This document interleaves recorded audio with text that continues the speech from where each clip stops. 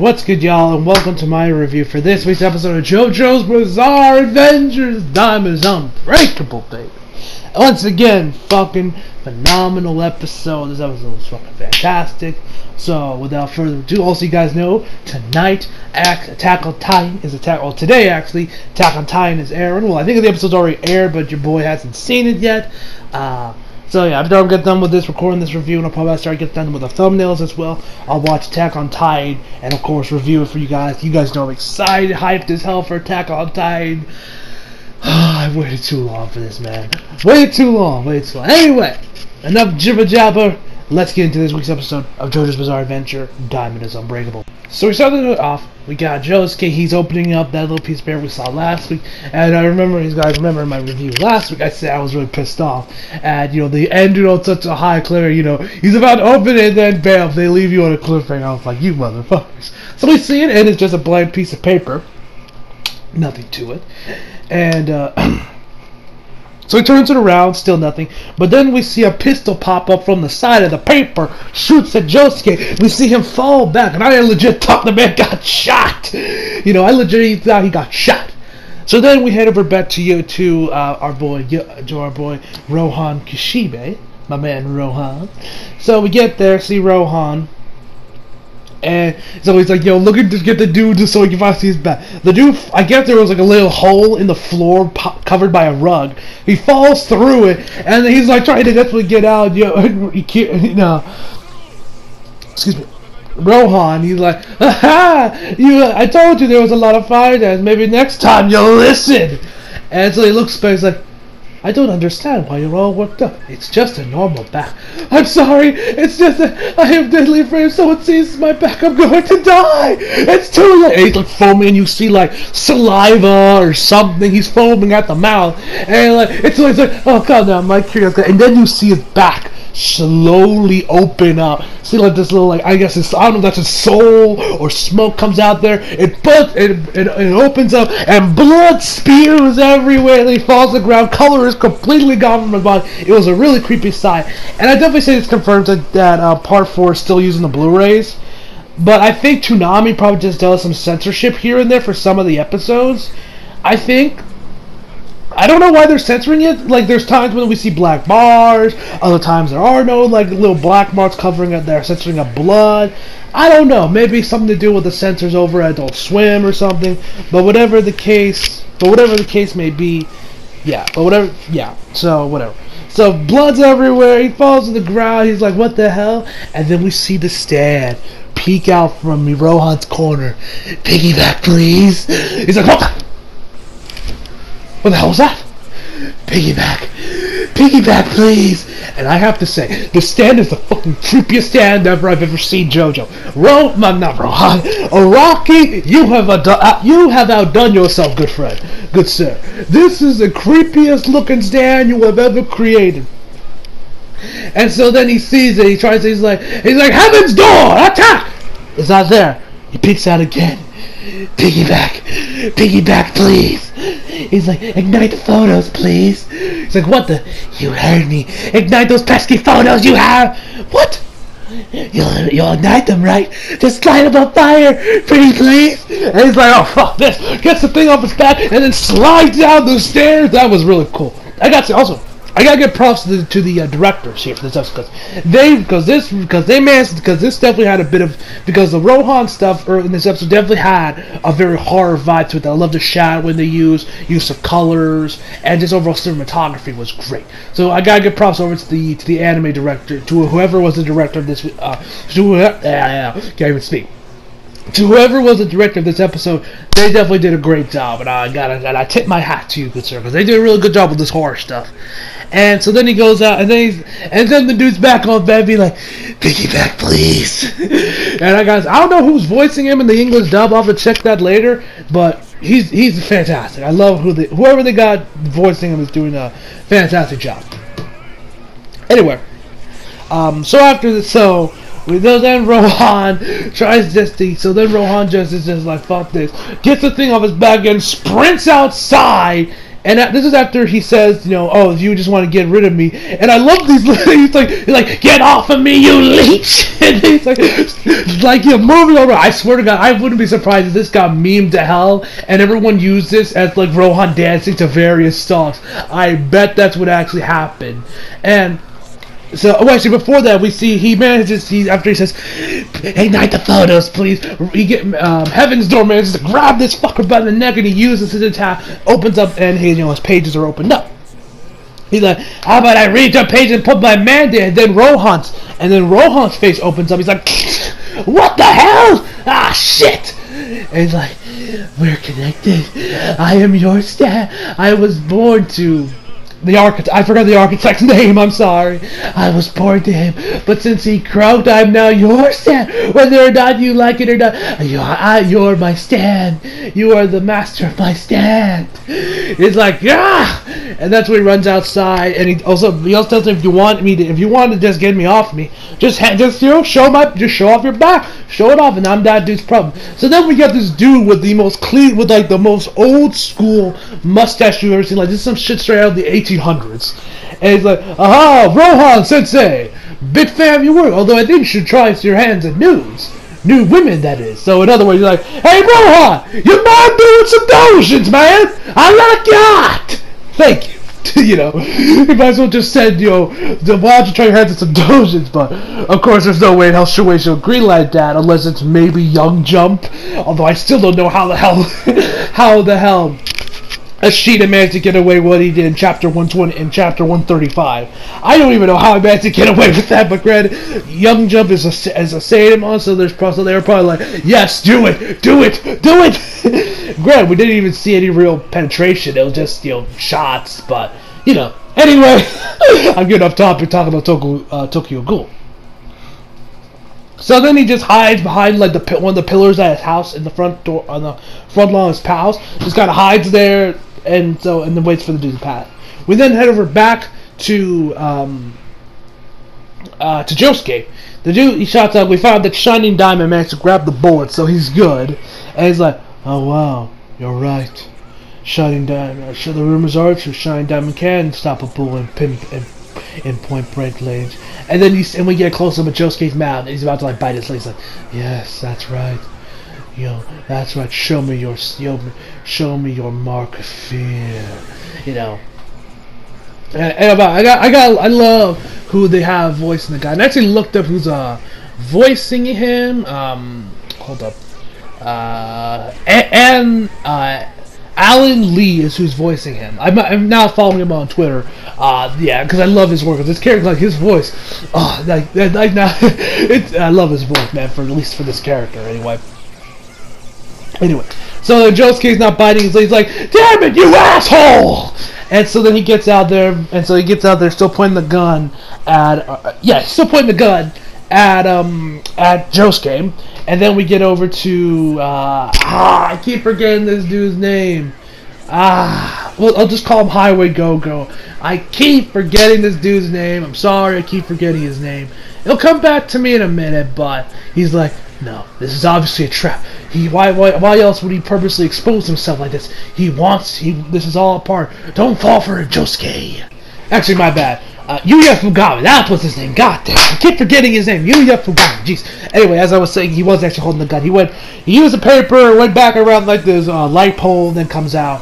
And so him and Josuke have a face-off. He's like, I'm gonna let you off easy.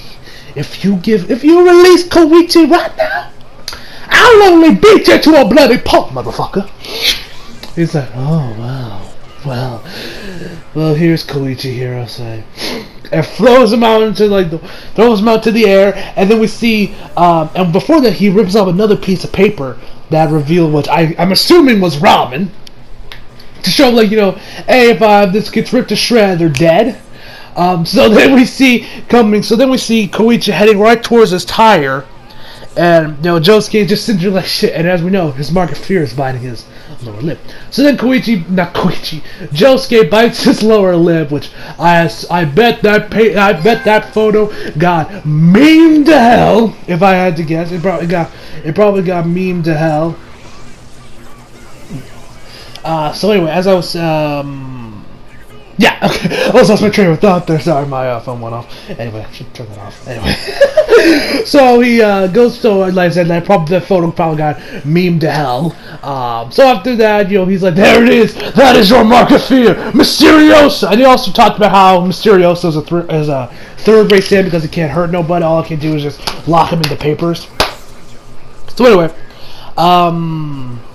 yeah. So then he puts him in. So then they get that paper after Shinedown tries punching Mysterioso, but then he just I like Mysterioso just thrusts his hands forward, and then we get the where it's kind of a photo. We see Josuke slowly get put inside the photo. And then when he does that, he's trying to grab this little pole or whatever thing. There's electric or not to get in there. He's like, but then he just breaks it off. He's like, I'll let you win this time, but after I'm out. But no, that comes out later. So then he gets right in there. He's like, damn it, you asshole! And so then we got Yuya. He's like, I'm sorry, Josuke, but I'm glad we made our agreement. And so then we see and then we see Josuke come out of there. He has Shinedown's hand just thrust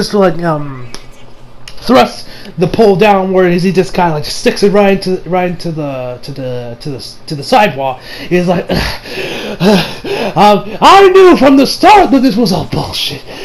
That was and I only let you capture me. Now, after I'm done here, you better fold me up and destroy this, because if I get out of here, I will kill you! And throws the ball right at him. He dodges it before it goes back and, fixes stuff up. He gets sucked in there, and then he looks at Yuya, and then, I forget the other dude's name now. He looks over at Yuya, and he looks over at, looks at over Yuya, he's like, Yuya Fugami. Your mark of fear is a struggle in 10. In fact, you are doing it right now. Miyamoto, I think they say his name. Miyamoto. He's like, your mark of fear is a struggle in 10. In fact, you're doing it right now. And he's like, but the old man didn't tell me to kill you, so your death has been postponed. So they put out this other piece of paper, which reveals a fucking taxi. Yes, you heard me right, a taxi. I don't even understand that. I'm legit in shock. I don't even know what to say to that, man. I don't even know what the hell to say to that, man. How did he even get the taxi in there to begin? But anyway, he gets in that taxi. He tells him to go over to the airport. I think it was Grand Morio Airport or Grand Morio Station. It was one of those two. Goes over there. And Yuya just kind of sitting there, complete shock. But before he tells anybody could release, could release everyone from my papers. All they gotta do is have full. But when someone is consumed with fear, that is quite the difficult task. So after that, Morio Grand Hotel. Jesus Christ, I was way off on that. It was actually Morio Grand Hotel. I had to look it up real quick. I was like, wait, was it a motel? Was it a hotel? Yeah, so it's a Morio Grand Hotel. So he makes his way out there. So he's driving, and then we see Highway Go-Go making his way over there, and he's like, what the? He's like, damn you, Josuke. If you were, but if I saw any of my guys, man, watching you like that made me reminded me of my girls. And if any of them got turned to a piece of paper, I wouldn't even want to think what would happen to them. But if they did, I would do the same thing. And so he's like, and then we got Miyamoto being like, this is a very unwise decision you are making. You doing this makes you an enemy of Kira, and which means I kill you. Or whatever. He's like, and then he just starts it was 61, 62, 63, 64, 65. Counting up there is like, Highway Go-Go is a very, what was the word to use? Resilient track, I think it was. So the car ends up stopping. I'm assuming Yuya can't see through his stand Highway Go-Go because when he gets there, because we know he was right there, sitting there in the car. When he comes back, he's completely gone. But all that's left there is a piece of paper. Yuya obviously notices that this is indeed a trap, and of course kind of looks around the rest of the car, trying to figure out what is next, trying to figure out what's next. I'll get there. So he ends up, so then he sees, he smells around the car, he finds that there's another piece of paper right by the door is, and so he's like, okay, there's another one here, this is definitely a trap. He opens the door up, and we found out there was fire inside, so apparently Miyamoto can hide elements into paper too. I don't know how that's even possible, but okay, whatever. So after that, so he gets over there, he's like decided, so then he kind of like gets to the main paper and kind of just messes around with a little bit, kind of touches the valve before he slowly starts opening, and then everything starts coming out. First there are scorpions, then some chemical that I think might be sulfuric acid. I'm not sure. I don't think it was sulfuric acid, but it was whatever it was kind of burning the paper up. And so then after that we then we see two more that has Koichi and Josuke's names on them. He picks at them, and then he gets electrocuted, so he also needs to store electricity in there too. I don't know how this man could hide elements in there, like I said, but whatever. And then Miyama hides comes up for him and is like, so no, that happens later on. Then the main paper, it's saying like let go of the paper, then it turns into a shredder, and then we see the papers that have Josuke and Koichi on them start getting put inside the shredder, and when he's like, oh shit, fuck, he tries to pull them out, but they can't. Try to turn the thing off, of course it doesn't turn off, and he's like shit, and then he touches his chin, and he's like, so you did give in to your mark of fear. And so then he gets turned to paper, and then we thought it was over, but then we find out that he gets out of there. He actually has Highway Go-Go with him, pulls him out too, and then and when he got inside the shredder, he actually managed to find the ones with Josuke and Koichi on them, opens them up, and then Josuke comes out there and punches it. He's like, I get turned to a piece of paper any day to see that look on your face. And then, oh my god, I love this part, man. I always love these parts of episodes of JoJo when Josuke or Koichi manage to get, when they finally get their hands on these guys. So he's like, I swear I said something to you earlier on. What was it? Oh yeah, that I'd kill you. And I never forgive anybody like you. He's like, like, wait, I know your mark of fear. You close one eye involuntarily whenever you have, but when you're really shitting your pants, you close both eyes. And then Shiny Diamond brings his fist up closer and closer to his face, and then we see him like slowly close his eyes before he closes both of them. He's like, and then we get the, it gets beat the shit out. Then Josuke turns him into a book. The Mysterioso book. He never read it, and so of course the narrator gives up this little description that they turned him into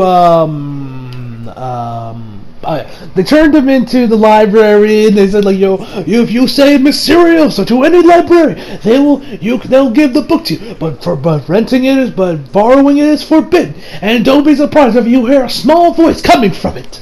And so we then get inside text. I'm assuming they're all heading over to the hotel, and Josuke has a book. Josuke's like, I still feel like we're talking too soon. Koichi's like, well, yeah, let's be happy that we finally got it. Let's be glad we finally got everyone back. So then we get over back to Rohan. He's looking through the paper. No, he's calling somebody. He ends up calling Koichi, and he's like, "You're calling somebody? That's not gonna work. Ignite the pictures already. Come on, ignite the pictures." And so, and we end the episode off where we see Josuke. He ends up leaving to check out the different Muslim people that happened at the beginning of the episode to see what they are, see if they have any connection to Kira. We get to Kira. The man's nails look like claws at this point on his suitcase, making his way. Then we get over to Hayato. He's with his camera, looking to find evidence. We see some Pepsi and we see some Pepsi product placement for some reason. I don't mind. I love Pepsi. I always preferred Pepsi over Coke, honestly. So then, and that's where the episode ends. So overall, love this week's episode of JoJo's Bizarre Adventures. Diamond is Unbreakable. Great shit, like always, guys. So overall, I give this week's episode a 10 out of 10, guys. It was great shit. Looking forward to see what happens next week with that new stand that's on Rohan's back. I'm really curious how that's gonna go. Anyway, guys, hope you all enjoyed the video. Leave a like if you did. Subscribe if you're new. Follow me on Instagram and Twitter. Links down in the description box below. And as always, come back for more. See you guys next time.